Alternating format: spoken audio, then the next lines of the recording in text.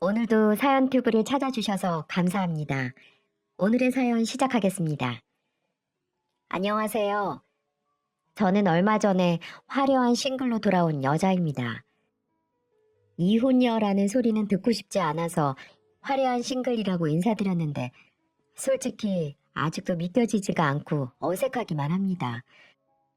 여러분들도 공감하시겠지만 시댁과의 문제는 대한민국 며느리들의 공통된 고민거리죠. 작게는 용돈 문제부터 시작해서 크게는 명절, 제사 문제까지 예상치 못한 시댁과의 문제들 때문에 남편과 갈등이 빚어지기도 합니다.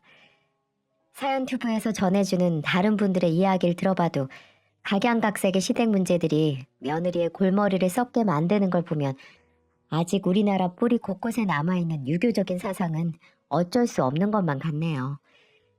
남자는 하늘, 여자는 일하는 벌레, 여자는 무조건 시어머니 말에 복종해야 되고 여자는 임신해서 애만 잘 낳으면 그걸로 장땡이라고 생각하시는 분도 아직 많더라고요. 같은 여자 입장에서 내가 남자가 아닌 여자로 태어났다는 게 어떨 때는 한이 될 때도 있는 것 같습니다. 저 역시 이 시댁 문제 때문에 복장이 터지다 못해 입에 거품을 물 만한 경험이 있었는데요. 아마 제 사연을 들으시면 세상에 이런 시댁도 다 있구나 이러면서 혀를 차실지도 모르겠습니다. 사실 이런 문제를 공개한다는 게 부끄럽기도 하지만 근심을 푸는 장소라는 뜻을 가진 해우소처럼 이렇게라도 속 깊은 곳에 맺힌 응어리를 풀어볼까 합니다. 저는 결혼 전 어린이집의 교사였습니다. 담당하고 있는 애들은 물론 학부모들 사이에서도 친절한 오소리 선생님이라고 소문이 나 있었죠. 제 이름이 오소은이어서 애들이 붙여준 별명입니다. 아이들을 돌본다는 게 결코 쉬운 일은 아니지만 저에겐 천직 같은 직업이었어요. 천진한 아이들을 매일 보며 돌보는 일이 정말 즐겁고 보람찼거든요. 이유 없이 제게 친절한 오소리 선생님이란 별명이 붙은 게 아니랍니다. 세상 둘도 없이 친절하고 나긋나긋한 제 성격이 결혼과 동시에 와르르 무너졌다면 믿어지시겠어요? 하긴 가끔은 저조차도 믿어지지 않을 때가 있으니까 정말 기가 막힐 노릇이죠. 하지만 사실이에요. 전 상상을 뛰어넘는 시댁을 만난 덕분에 제 좋은 성격을 다 망치고 말았거든요. 남편은 중소기업에 다니던 건실한 남자였습니다. 친구 소개로 남편을 만나게 됐는데 첫인상이 참 마음에 들더라고요. 덩치에 비해 수줍어하는 모습도 귀여웠고 허세 하나 없는 진솔한 모습에 호감이 갔습니다. 그렇게 우리는 연인이 되었고 결혼을 전제로 만남을 이어갔죠. 연애를 하는 동안에도 그 남자는 절 단 한 번도 실망시키지 않았어요. 술을 좀 좋아한다는 건 있었지만 저도 술을 즐기는 편이었기에 그다지 문제가 될 거라는 생각은 들지 않았습니다. 그런 단점보다는 듬직하고 성실한 태도가 훨씬 더 크게 느껴졌죠.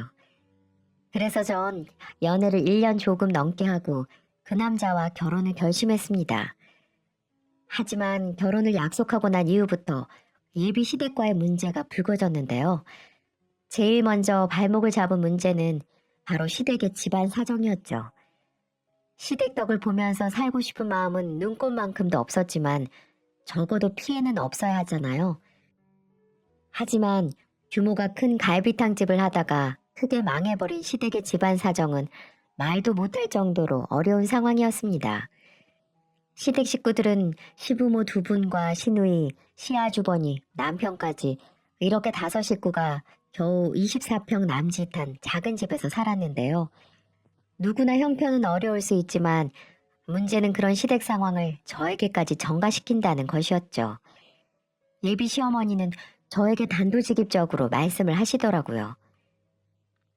네가 우리 대경이랑 결혼하겠다는 건 말리지 않으마. 그런데 너도 알다시피 우린 너희들 결혼에 조금도 도움을 줄 수 있는 상황이 아니야. 결혼식은 물론이고 신혼집이랑 살림도 너희가 알아서 다 해야 해. 무슨 말인지 알겠니? 시어머니는 아들 결혼식에 단 한 푼도 도와줄 수 없다고 저를 붙들고 말씀하시더군요. 솔직히 저는 신혼집은 그렇다 치더라도 단 몇 푼이라도 도와주실 줄 알았습니다. 그놈의 아들. 보통 시어머니들은 아들을 최고로 여기시니까요. 하지만 그런 저의 생각은 착각일 뿐이었죠. 오히려 남편 앞으로 대출까지 받아서 근근히 생활을 하고 계셨더라고요. 이 사실을 알았던 것도 결혼 한 달 전에야 알 수 있었습니다. 어느 날 술이 잔뜩 취해서는 제게 본인 대출 빚이 얼마가 있고 한 달에 얼마씩 갚아가고 있다라고 고백을 하더군요. 다행히도 남아있는 빚이 얼마 되지 않아서 안심은 했지만 저는 단단히 남편에게 말을 해주었죠. 나랑 결혼한 이상 더 이상 시댁에 돈 들어가야 하는 일은 없어야 될 거라면서 말이죠. 당신 그런 얘기를 결혼 한 달 전에 말하는 사람이 어딨어? 아무튼 남아있는 돈이 800만 원 정도밖에 안 된다고 하니까 다행이긴 한데 앞으로 시댁에 도움 주는 일은 없어야 될 거야. 지금까지 당신 할 만큼 했어. 나랑 결혼하는 이상 이제 당신은 한 가정의 가장이야. 언제까지 시댁 힘들다고 도와주면 우리만 더 힘들어져. 그러니까 지금 선택해. 앞으로 돈 관리는 내가 할 거고 우리가 자리 잡을 때까지 대출이라든지 물질적인 도움은 주지 않는 걸로. 동의하면 결혼할 거고 동의하지 않으면 나 이 결혼 못해. 에이, 말을 또 인정머리 없게 한다. 알았어, 걱정 마. 나도 우리 집에 당신 말처럼 할 만큼 했어. 이자 내는 것도 이제 지긋지긋하다. 앞으로 그런 일 없을 테니까 걱정 안 해도 돼. 그 대신 명절이나 생신 때는 용돈 양가 부모님께 조금씩 드리는 건 자식된 도리인 것 같아. 이건 괜찮지? 남편은 이렇게 호언장담하며 제게 약속을 하더군요. 제발 자기를 믿어달라면서 말이죠. 결국 우리는 작은 집에서 신혼생활을 하기로 했습니다. 사실 이것도 그렇게 나쁘진 않았어요. 처음부터 좋은 곳에서 시작하는 것보단 밑에서부터 차근차근 올라가는 것도 보람이 있겠다고 생각했거든요. 저희 친정 부모님도 저희를 응원해 주셨습니다. 부모님이라고 딸 자식이 좋은 집, 좋은 시댁 만나 잘 사는 모습을 왜 보고 싶지 않겠습니까? 속으로는 남편이 양에 차지 않는 모습으로 보였지만 다행히 반대는 하지 않으셨어요. 당신들도 결혼할 때 지하방 사글세부터 시작했다면서 젊을 때 열심히 살면 꿈은 이루어진다면서 헛짓거리 하지 말고 올바르게 살면 길이 보일 거라고 말씀해 주셨죠. 그러면서 저를 따로 불러서 선물을 주시더군요. 딸, 이거 너 결혼할 때 주려고 예전부터 모아놨던 건데 이거 우선 통장에 넣어놔라. 통장에 돈이 있어야 시집살이도 버틸 수 있는 거야. 얼마 안 되지만 꼭 필요할 때 쓰도록 해. 난 아직도 우리 딸이 시집을 간다는 게 믿겨지지가 않아. 엄마 아빠가 항상 응원할 테니까 우리 멋지게 잘 살아보자. 사랑한다 우리 딸. 부모님은 장롱 속에다 꼭꼭 숨겨둔 3천만 원을 그렇게 제게 주셨습니다. 제게는 너무 큰 돈이었어요. 그날 밤 엄마 손을 잡고 얼마나 울었는지 모르겠네요. 엄마 눈을 보니 마치 시집을 보내기 싫은 눈초리셨거든요. 왜 그때는 부모님의 심정을 이해하지 못했을까요? 정말 제 자신에게 화가 나기만 합니다. 아무튼 저는 그렇게 남편 하나만 믿고 결혼식을 준비하게 됐습니다. 신혼집 구하는 것도 참 쉬운 일은 아니더군요. 어찌나 집값이 비싼지 우리가 가지고 있는 돈으로는 아파트는커녕 일반 주택도 겨우 들어가는 수준이었어요. 그렇다 보니 남들보다 결혼 준비를 2배, 3배 힘들게 할 수밖에 없었고요. 참 힘이 들더군요. 다가오는 결혼 날짜에 맞춰 정신없이 뛰어다녀야 했습니다. 힘들어도 제 행복을 위한 제 선택이었으니까 달게 생각하면서 열심히 준비를 해야만 했어요. 그런데 그런 저를 힘 빠지게 하는 일들이 불쑥불쑥 튀어나오기 시작하는 겁니다. 소은아, 너 예단은 어떻게 생각하고 있니? 네? 예단이요? 그래, 신부가 잘 살려면 예단을 단단히 준비해야 하는 거 알지? 다 시부모님의 무병장수를 위해 드리는 예의니까 그렇게 생각하고 이 정도만 준비해라. 시어머니가 빼곡하게 적어넣은 예단 비용은 정말 구체적이면서도 일목요연하더라고요. 아니, 저희 결혼할 때 단 한 푼도 보태줄 수 없다고 하시던 분이 예단은 빠뜨리지도 않고 전부 받으시겠다는 게 말이나 됩니까?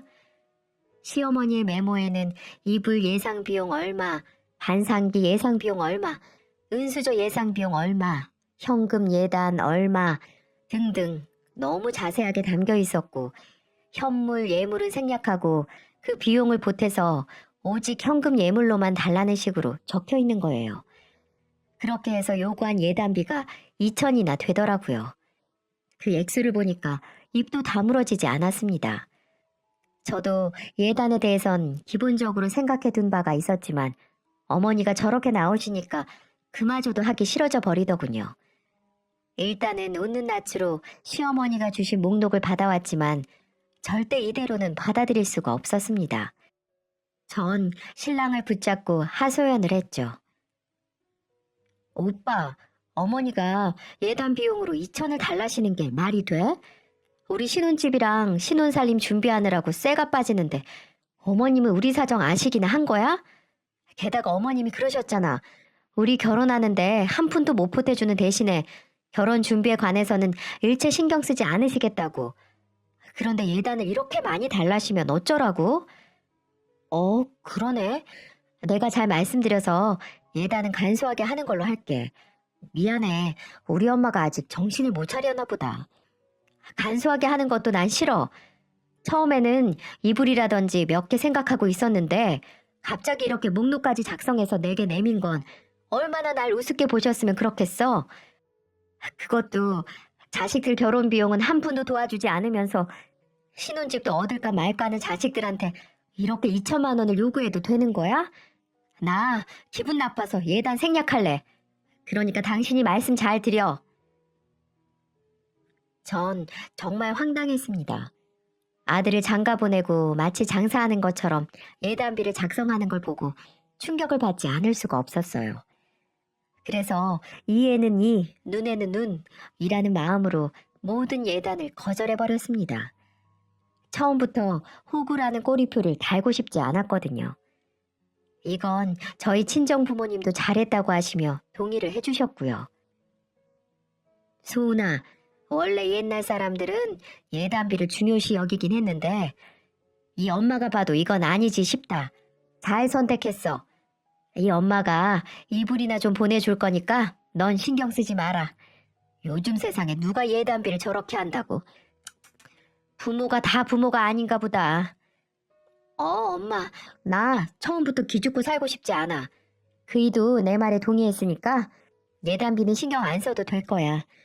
한 푼이 아쉬운 판국에 왜들 저러는지 모르겠다. 에휴, 참 결혼이 쉽지가 않네. 사람들 말 들어보니까 결혼 준비하면서 파혼하는 사람들 많다고들 하던데 그 심정 이해가 가. 대한민국 시어머니들 대체 왜 그러는지 모르겠어.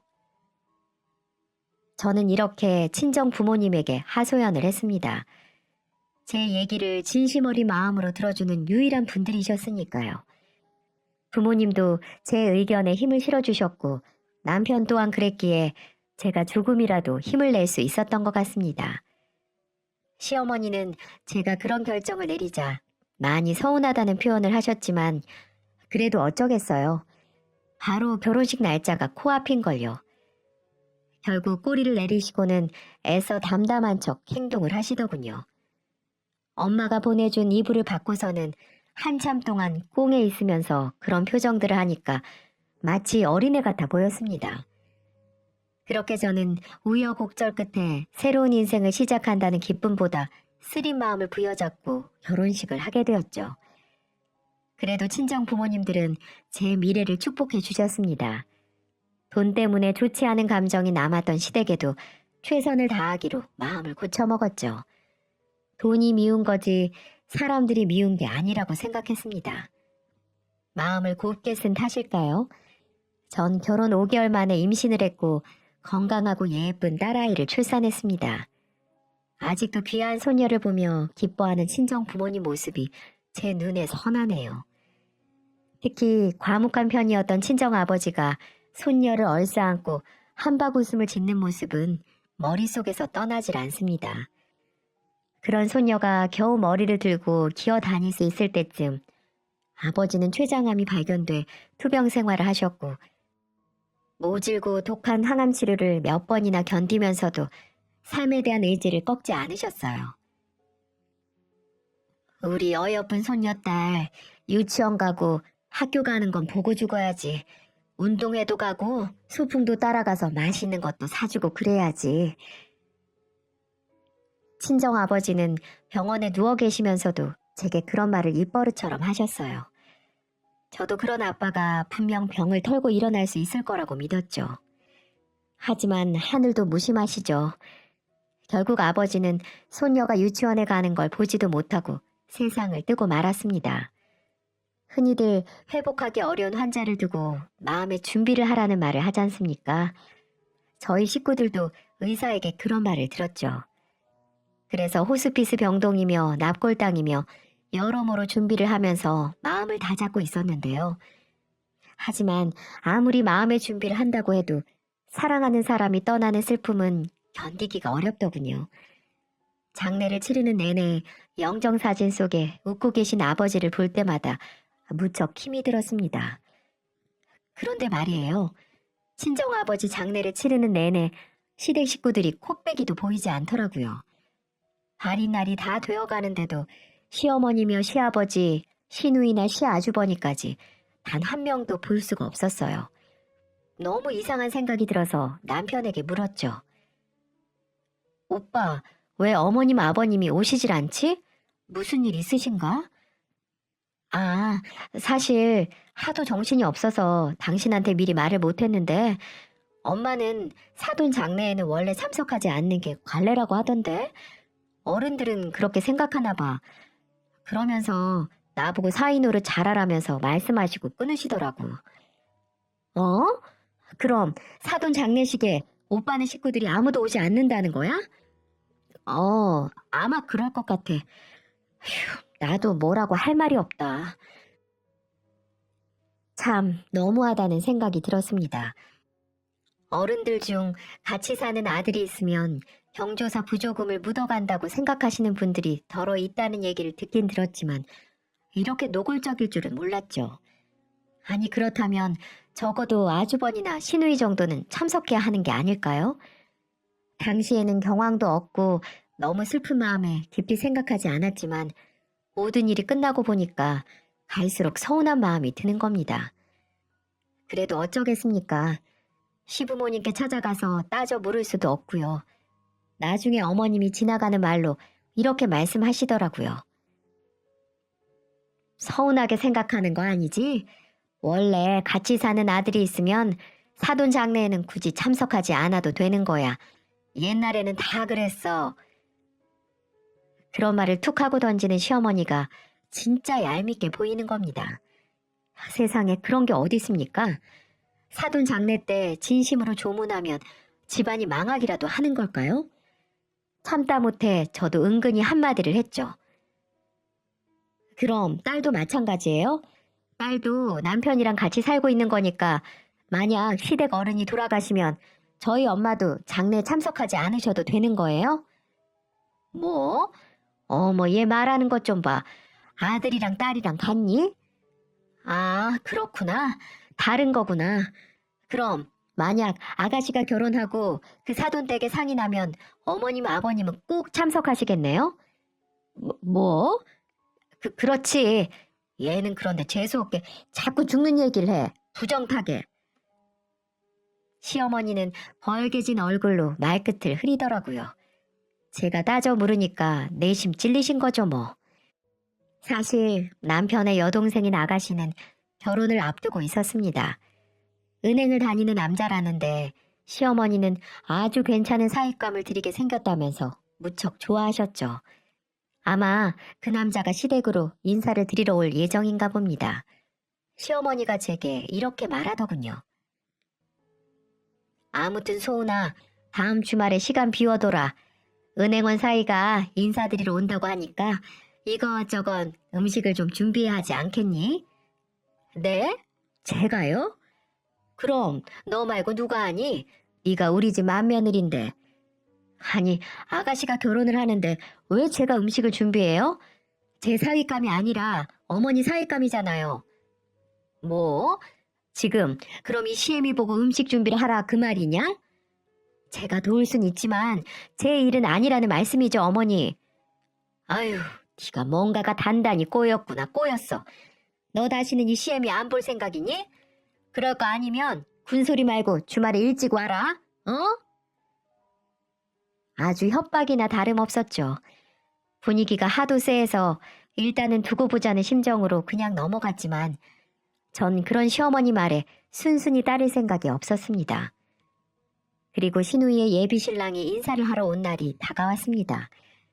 전 시어머니에게 제가 음식 다 준비해서 집으로 가져갈 테니까 아무 걱정하지 말라고 말씀을 드린 다음 그 시간에 맞춰 시댁으로 갔습니다. 어머니가 제가 준비한 음식들을 보고 기겁을 하셨어요. 아니, 얘, 대체 이것들이 다 뭐냐? 족발에다 치킨에다 이건 보쌈? 지금 이런 걸 손님상에 내놓으라고 가져온 거니? 네, 어머니. 요즘 젊은 사람들 다 이런 거 좋아해요. 전 음식 솜씨가 어머님만 못하니까 제 나름대로 준비한 거예요. 여기 초밥도 사왔어요. 제가 아가씨 때문에 돈을 얼마나 썼는지 모르겠네요. 다 가족이니까 제가 이렇게 신경 쓴 거예요. 시어머니는 모르는 척하며 너스레를 떠는 제 모습에 기가 많이 막혔나 봅니다. 하지만 이내 손님이 도착한 바람에 제게 더 이상 뭐라고 하지는 못하셨죠. 결국 처음 예비사위가 오던 날 배달 음식으로 상에 내놓은 상황이 되고 말았죠. 얼마나 그 상황이 웃기던지 제가 이런 건 시어머니에 대한 며느리의 작은 복수라고 해야 할까요? 그래도 신우이의 예비신랑은 제가 준비한 음식을 잘 먹더라고요. 하긴 동네 맛집에서 소문난 곳에서 음식을 공수해 왔으니까 맛이 없을 리가 없겠지만은요. 거기서 저는 한 번 더 작은 복수를 했어요. 어머, 배고프셨나 봐요. 은행에 다니는 능력 좋은 사이 온다면서 그렇게 좋아하시던데. 어째 음식은 입에 맞아요? 네, 너무 맛있어서 오늘은 밥을 2그릇은 먹어야 될 것 같아요. 어머님이 저 온다고 이렇게 상다리 부러지게 차려주신 거 감동받았습니다. 네, 감동까지요? 그건 어머님 말고 저한테 말씀하셔야 할 것 같은데요? 네? 어머님이 하도 음식 솜씨가 없으셔서 제가 맛집 찾아다니면서 음식을 공수해왔거든요. 그러니 음식이 맛없을 리가 없지 않겠어요? 저희 어머니는 워낙 손에 물 묻히기 싫어하시는 분이라 이런 음식들 못해요. 그래도 많이 드세요. 누가 한들 뭐가 중요하겠어요. 정성이 중요하지. 제가 이렇게 작심한 듯 말을 해버리자 한순간에 분위기가 차디차게 썰렁해지더군요. 어머니는 저를 눈을 부릅뜨고 째려보고 계시면서 주먹을 꽉 쥐시는데 저는 눈 하나 깜짝하지 않았네요. 시어머니는 친정아버지 장례식에 참석하지 않은 것이 못내 마음에 걸렸는지 제 소심한 복수에도 결국은 끝까지 참으시더라고요. 남편도 마찬가지였어요. 사실 남편이 제게 한마디 할 줄 알았거든요. 그런데 오히려 저보고 잘했다며 제 편을 들어주더라고요. 그것으로 전 시댁이 장례식에 참석하지 않은 응어리는 풀기로 했죠. 그리고 이 사건으로 시어머니에게 제가 쉬운 며느리가 아니라는 것도 분명히 각인시켰고요. 사실 그 뒤로는 시어머니와 대면 하긴 했지만 결혼할 때 예단 문제나 이번 장례식 사건도 생각이 나면서 차라리 성격 맞지 않은 시어머니와 그렇게 지내는 편이 더 낫겠다 싶더라고요. 그렇게 전 시댁과 적당한 거리를 두며 살았고 나름 그 생활에 적응하며 편안하게 지냈습니다. 그 뒤로도 아이를 2이나 더 낳았죠. 하지만 시어머니는 무심한 게 태생인지 아니면 아직도 장가 못 간 아주머님의 핏줄을 기다리시는 건지 손자 손녀들이 태어나도 영 시큰둥했습니다. 그래도 그런 시어머니의 반응에 그다지 신경을 쓰지 않았죠.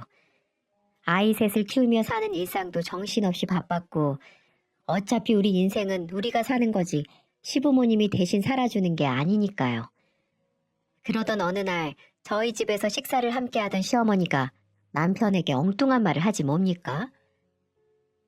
예, 거기 번화가 사거리 알지?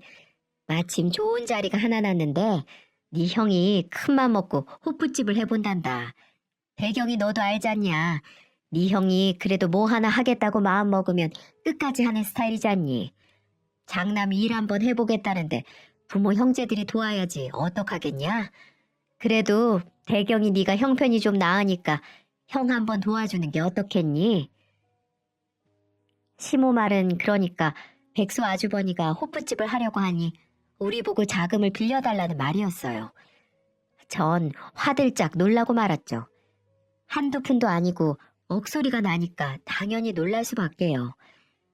아무리 형님이라지만 저희가 돈을 쌓아놓고 사는 것도 아니고 뻔한 남편 월급에 애를 셋이나 키우는데 그만한 돈을 어떻게 빌려주냐고요.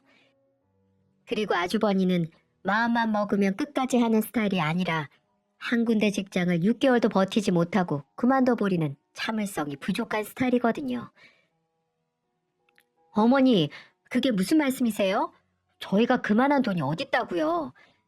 너희야 집도 있고 대경이도 직장생활 오래 했으니까 대출이 나오지 않겠니? 이자는 큰애가 잘 챙겨준다니까 이번 한 번 돕는 걸로 하자. 아니요, 어머니. 그걸 왜 어머니가 결정하세요?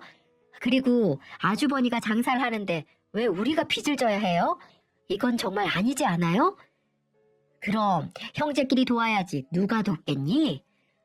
자금이 없으면 장사를 하지 않는 게 맞죠. 그리고 아무리 형제라지만 그렇게 큰 돈을 빚까지 내서 어떻게 도와드려요? 너는 꼭 그렇게 매정하게 말을 해야 속이 시원하니? 잘 나가는 동생이 형 좀 도우면 어때서 그래? 그렇게 잘 나가는 동생 아니고요. 애를 셋이나 책임져야 하는 가장이에요, 어머니. 어머니는 똑같은 자식인데 왜 저희한테만 내놓으라고 하세요? 뭐라고? 내가 언제 내놓으라고 했니? 자리 잡을 때까지만 그깟 돈 좀 빌려주는 게 그렇게 못할 일이냐? 네, 그깟 돈 그럼 어머님이 빌려드리세요. 저희는 절대 그 돈 못 빌려드려요. 사정도 안 되고요. 그래, 됐다 됐어. 독한 마누라 때문에 형제 사이 이렇게 점점 멀어지겠구나. 네가 이래서 어디 대경이가 눈치 보여서 살겠니? 시어머니는 제게 독서를 쏟아내곤 집으로 돌아가셨어요. 솔직히 좀 더 부드럽게 거절할 수도 있었겠지만 아마 그랬다면 어머니는 절대 포기하지 않았을 거예요. 그리고 마음 약한 남편이 덜컥 빌려줄까봐 그래서 일부러 더 세게 말한 것도 있습니다. 아니나 다를까 남편이 제게 불만을 토로하더라고요. 여보, 엄마가 그냥 물어보신 건데 왜 그렇게 야박하게 굴어? 엄마 서운하시겠다. 야박하다니, 이건 야박하다고 하는 게 아니라 단호하게 말씀드렸다고 하는 거야. 그럼 오빠는 아주버니한테 그렇게 큰 돈을 빌려줄 생각이야? 아니, 그런 게 아니라. 그럼 오빠도 정신 똑바로 차리고 아닌 건 아니라고 말씀드리란 말이야. 지금까지 결혼 생활 하는 동안 우리에게 숟가락 하나 사주지 않았으면서 왜 이렇게 원하느냐 말이야. 그렇다고 우리가 가끔 용돈을 안 드리는 것도 아니잖아. 이젠 하다 안 돼서 아주버니까지 챙기라고? 난 절대 그렇게는 못해. 당신도 아무리 자식이라지만 호구되기 싫으면 가만히 있어. 남편은 이렇게 제가 못을 박으니 알았다고는 했습니다. 하지만 제게 제대로 뒤통수를 때리더군요. 정말 이 지긋지긋한 집구석.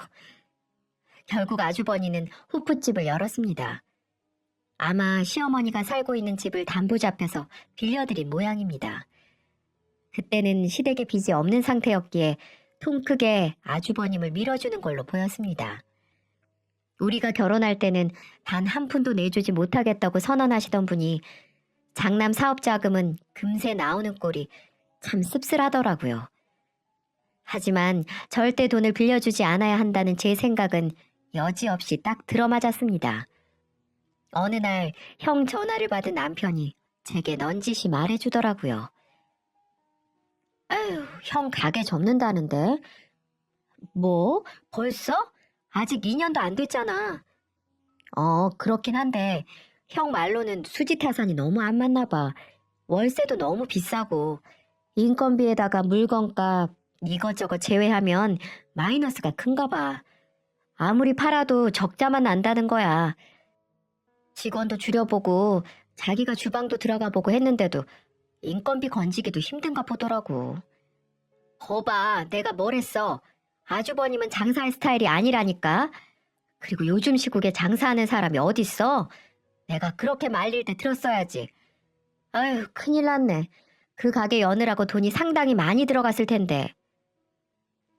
아주버님의 호프집은 2년을 버티지 못하고 폭삭 망해버리고 말았습니다. 제법 목이 좋은 곳에 자리를 잡았지만 그만큼 새도 비쌌고요. 사람한테 사근사근하고 친절해야 단골도 생기고 하는 건데 제가 본 아주버님의 성격으론 어림도 없는 일이었죠. 인테리어며 권리금이며 들어간 돈은 상당한데 이건 뭐 투자 금액의 절반도 건지지 못했답니다. 그 덕에 어머님은 매달 불입해야 할 이자에 허덕일 수밖에 없었죠. 나쁜 일은 한꺼번에 닥친다고 했던가요? 아주버님의 사업이 망하자마자 시누이가 이혼했다는 소식이 또 전해졌습니다. 은행원 사위를 뒀다고 좋아했던 어머님에겐 하늘이 무너지는 소식이었죠. 시누이는 성격 차이 때문에 못 살겠다고 떠들었지만 음주 가무 좋아하고 개떡 같은 성격을 가진 시누이를 어떤 남자가 잘 받아줄 수 있었을까요? 안 봐도 비디오였습니다. 그 뒤로 저도 시댁을 몇 번 들여다봤습니다만 그 좁아터진 집에서 시부모님과 아주버니 그리고 다시 돌아온 시누이까지 복작복작 지내고 있더군요. 다 큰 자식들을 다시 키워야 하는 시부모님 심정은 어땠을까요? 참 한심하기 짝이 없더군요. 저희 집하고 참으로 비교가 되더군요. 저희 친정집은 48평형 아파트인데요. 아버지가 돌아가시고 난 뒤 어머니와 남동생 둘만 살고 있었거든요. 그러니 시댁을 친정집이랑 비교하면 제 눈엔 정말 복잡해 보일 수밖에 없었죠. 그렇게 기세 좋던 시어머니도 얼굴이 그늘이 져선 한숨을 푹푹 쉬는데 치근한 생각까지 들더라고요. 하지만 무작정 장남을 지원한 어머니 잘못이니까 누구를 탓할 순 없죠. 자칫 제가 시어머니 꼴이 될 뻔했다고 생각하니까 등골이 서늘해지더라고요. 하지만 시댁의 불행이 제게도 번져버린 걸까요? 그로부터 몇 년 뒤 유방암을 앓고 있던 친정엄마가 투병생활 1년을 견디지 못하고 돌아가시고 말았습니다. 아버지를 떠나보내고 나서 엄마까지 연이어 암으로 보내야 했으니 제 마음은 뻥 뚫린 듯 황망하기 그지없었습니다. 언제나 제 편이 되어주고 저를 아껴주던 엄마, 너무 가슴이 아팠습니다. 하지만 떠난 엄마를 추억할 겨를도 그리 길게 가질 수 없었네요. 전 새 아이를 돌봐야 할 엄마였고 아이들은 슬퍼하는 엄마를 잘 이해하지 못했습니다. 그렇다고 남편이 그런 절 위해서 힘이 돼주는 것도 아니었어요. 첫째 때는 육아나 집안일을 적극적으로 도왔던 남편도 둘째, 셋째 때는 그때만큼 돕지 않더라고요. 툭하면 잦은 술자리를 가졌고 주말마다 꼬박꼬박 조기 축구는 빠지지 않으면서도 집안일에는 소홀했죠. 이 문제로 여러 번 티격태격했지만 남편에게서 개선될 여지는 보이지 않았습니다. 그래서 저도 더 이상 기대하지 않고 포기한 지 오래였어요. 친정엄마의 장례를 치른 후 남동생이 제게 이런 말을 하는 겁니다. 누나가 조카들이랑 이 집에서 살아. 여기 애들 학교 다니기도 좋고 집도 넓잖아. 난 어차피 결혼 약속한 친구가 있어서 그 집에서 지내려고 해. 뭐? 그럼 동거를 한다는 거야? 우리 결혼하기까지 오래 걸리지 않을 거야. 여자친구가 회사에서 맡은 프로젝트가 있는데 연말에 그거 끝나면 내년 초쯤에 결혼하려고. 그러니까 누나 매형이랑 널찍한 곳에서 살아. 참 배려심이 깊은 동생이었습니다. 자기는 어차피 지낼 곳이 있으니 제게 넓은 집을 양보하겠다는 것이었죠. 제가 어차피 재산은 공동 상속되는 것이니까 매매를 해서 공평하게 나누자고 해도 팔지 말고 가지고 있어야 이득이라며 사양을 하더라고요.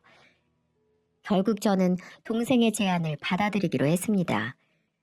조금 있으면 애들이 커서 사춘기가 접어들 텐데 공부방도 하나씩 만들어주고 싶었거든요. 나중에 동생이 결혼을 하게 되면 마땅한 재산을 나누어 주기로 했고요.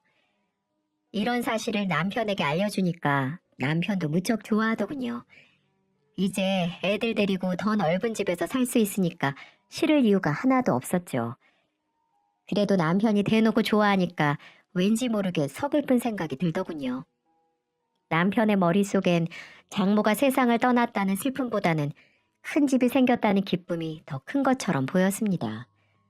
어쨌든 현실은 현실이니까 씁쓸한 감정을 삼키고 이사 준비를 하고 있었습니다. 그러던 중 시어머니가 저희 집에 박스를 몇 개씩이나 들고 찾아오셨더라고요. 전 이 모습을 보고 기함을 하고 말았습니다. 어찌나 사람이 이렇게 간사한지. 엄마 장례식에도 안 온 양반이 집을 큰 곳으로 옮긴다고 하니까 쥐새끼처럼 찾아오더군요. 어머니, 들고 오신 게 뭐예요? 이거 한약인데 애들이랑 너희들 먹으라고 좀 지었다. 한약이요? 갑자기 웬 한약이에요? 내가 잘 아는 한의원이 있는데 성장기 어린이한테 좋은 약을 좀 달랬더니 이거만한 게 없다면서 지어주더구나. 약 지은 김에 대경이랑 네 것도 한 채씩 지었지. 부모들이 건강해야 자식들도 잘 크는 거잖니. 어휴, 그래도 한꺼번에 이렇게나 많이 지으셨어요? 돈도 꽤나 들었을 텐데.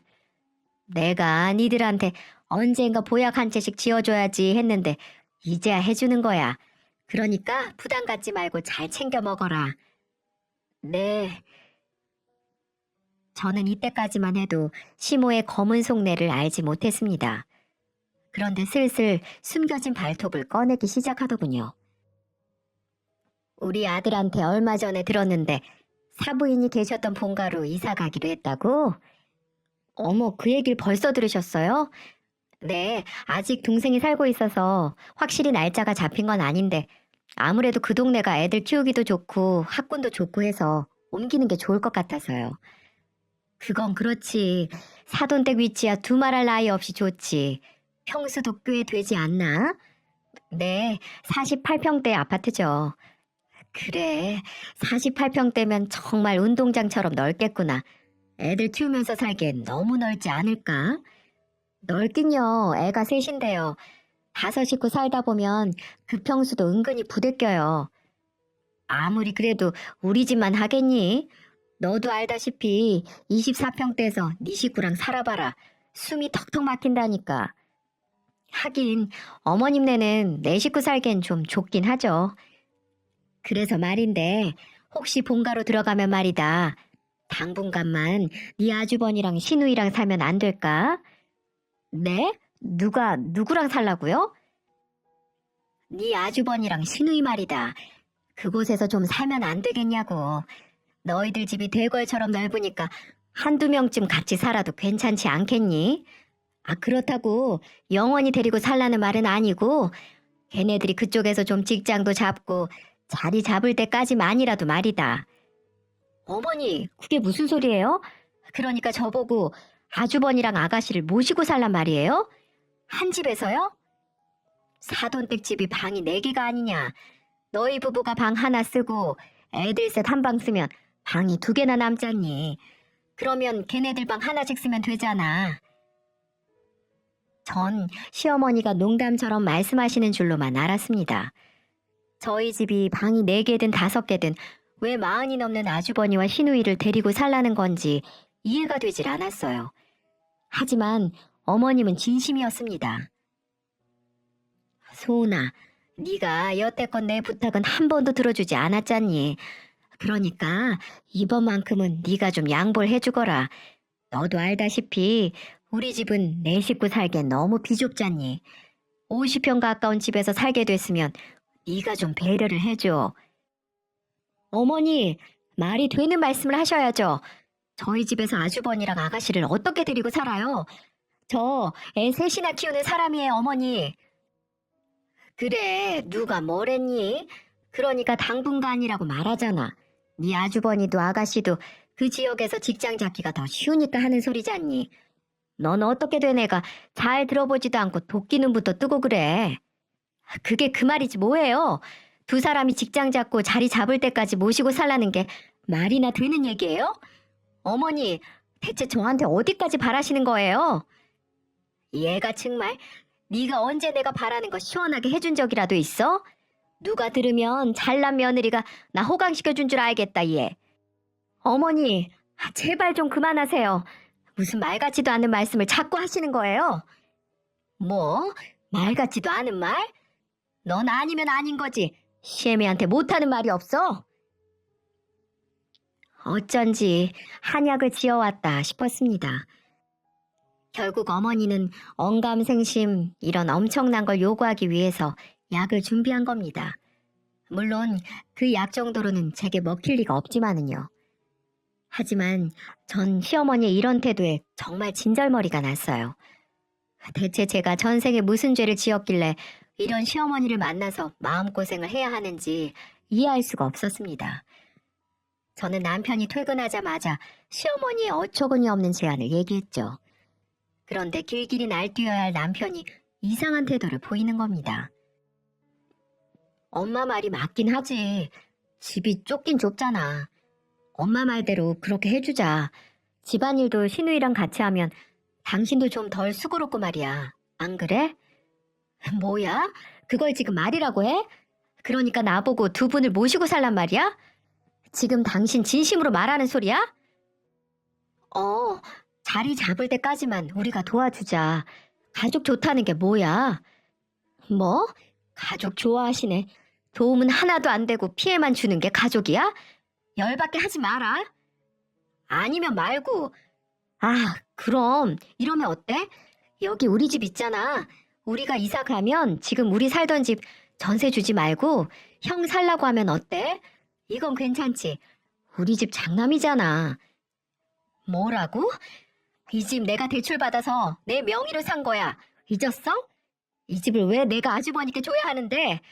정말 말이면 단 줄 알아? 내가 열받게 하지 말라고 말했지. 마지막 경고야? 아니, 뭐 공짜로 주자는 건 아니고 그냥 엄마 집이 좁아서 힘드니까 당분간 나와서 살라고 하자는 거지. 어차피 전세 내줘도 나중에 돌려줘야 하는 건데 그러면 쌤쌤 아니야? 진짜 사람이 어떻게 그렇게 야박하냐? 인정머리가 없어가지고는. 정말 어이가 없었습니다. 모자가 쌍으로 열받게 하는데 남편은 아무래도 핏줄 따라갈 모양입니다. 그간 빚밖에 없는 남편 믿고 살아온 제 세월이 참 허망하게 느껴지더군요. 저는 그날 남편과 대판했습니다. 다음날 저 홀로 시어머니 댁에 찾아갔어요. 대문을 여신 어머니가 놀란 토끼 눈을 뜨고 절 쳐다보더라고요. 집에는 아주버니와 시누이도 함께 있더라고요. 아니, 네가 연락도 없이 웬일이니? 드릴 말씀이 있어서요. 그래? 일단 들어오너라. 아니요, 그냥 여기 서서 말씀드릴게요. 모두에게 해당하는 사항이니까 잘 들으세요. 모두의 시선이 현관에 서 있는 제게 집중됐어요. 전 딱 부러지는 목소리로 분명히 말씀을 드렸죠. 저 애들 아빠랑 이혼하기로 했습니다. 이제 빈대 부는 시댁 식구들도 진절머리 나고요. 그런 식구들을 감싸는 애 아빠도 지긋지긋하네요. 저희가 살던 집도 제가 마련한 거니까 남편에겐 화장실 변기 하나도 내줄 필요가 없고요. 저희 친정엄마께 상속받은 재산도 전부 제 앞으로 되어 있으니까 혹시라도 눈독 들일 생각이라면 접으시는 게 좋을 겁니다. 이제 앞으로 우리 남남이니까요. 뭐? 이런 싸가지 없는 것이 어디서 말을 짓거리는 거야? 시모는 이렇게 말을 하면서 제 뺨을 때리려고 하더군요. 저는 그 모습을 보고 시모 손을 낚아채서 힘껏 잡아당겨 버렸습니다. 이거 안 놔? 어디서 시애미에게 폭력을 쓰는 거야? 누가 제 시어머니예요? 전 당신 같은 시어머니 둔 적 없어요. 이제 안 한다고요. 어디서 함부로 손찌검을 하려고 하세요? 저 열받게 하지 마세요. 저 눈 돌아가면 무섭습니다. 아시겠어요? 저는 이렇게 큰 소리를 치며 이혼을 선포하고 문을 박차고 나와버렸네요. 그리고 저는 곧바로 변호사를 선임해 이혼 소송을 진행했습니다. 남편도 혼자서 애들 키우는 게 힘든지 순순히 양육권을 넘겨주더군요. 그 전에 제게 잘못했다고 애걸복걸하며 무릎까지 꿇어가며 애원했지만 제 마음이 변하지 않는다는 걸 안 남편은 결국 저를 놓아줄 수밖에 없었습니다. 그리고 이 남편이 제게 어떤 걸 사기쳤냐면요. 아주버님 가게 하실 때 저 몰래 5천만 원을 빌려줬더라고요. 그동안 제게 숨기고 아주버님 대출 원금과 이자를 내고 있었던 거였어요. 어휴, 이것만 생각해도 제 속이 터지네요. 이것뿐만이 아니라 신우이 카드값도 몰래 내주고 있었던 거 있죠? 결국 나중에 들통이 날 걸 왜 제게 숨겼는지 모르겠어요. 부부 사이에 이렇게 속이고 살아도 되는 건가요? 결국 지금은 대출이자 내는 것도 힘들어 매일 술을 달고 산다고 하더군요. 한마디로 폐인이 돼버린 거죠. 정말 지금은 이혼은 했지만 생각만 해도 지긋지긋합니다. 지금은 전 시댁집에서 5식구가 함께 살고 있다고 하네요. 처음으로 시부모님들이 불쌍하다는 생각이 들었습니다. 다 키운 자식들 2명은 이혼하고 1명은 사업망에 산거지들처럼 되어 있으니 저는 그런 지옥 같은 터널에서 살아 돌아온 것만 같아 얼마나 다행인지 모르겠네요. 결국 제 결혼 생활은 뜻밖의 파경을 맞았지만 솔직히 그러고 나니까 너무 속이 후련하더라고요. 현재 저는 엄마가 남겨주신 집에서 애들과 함께 잘 살고 있습니다. 혼자 키우기 힘들지 않냐고요? 네, 힘들죠. 하지만 이혼 전보다 훨씬 편하고 좋습니다. 대한민국의 엄마들은 강하잖아요. 악착같이 잘 키워서 시부모님 자식들처럼은 만들지 않을 겁니다. 이렇게 생각하니까 전 시댁이 저의 롤모델이네요. 좋은 쪽으로 말고 안 좋은 쪽으로요. 나이 먹어도 저는 그렇게는 살고 싶지 않습니다. 제 속 터졌던 이야기는 여기까지예요. 여러분들은 제 이야기 어떻게 들으셨나요? 아마 이 사연 들으신 분들은 그래도 시댁도 가족인데 도우면서 살면 되지 굳이 이혼까지 하냐고 말씀하실 분도 계실 텐데 아마 같이 살아본 분들은 그렇게 말씀하지 못하실 것 같네요. 제가 여기에 적은 남편에 관한 내용들은 극히 일부분들이니까요. 비록 지금은 이혼녀라는 꼬리표를 달았지만 아이들 엄마로서 열심히 살아가려고 해요. 저만 바라보는 아이들이 있으니까요. 다시는 이런 사연 적을 일이 없도록 참되고 올바르게 살아가도록 노력하겠습니다. 이걸 보시는 여러분들도 항상 건강하시고 행복하셨으면 좋겠습니다.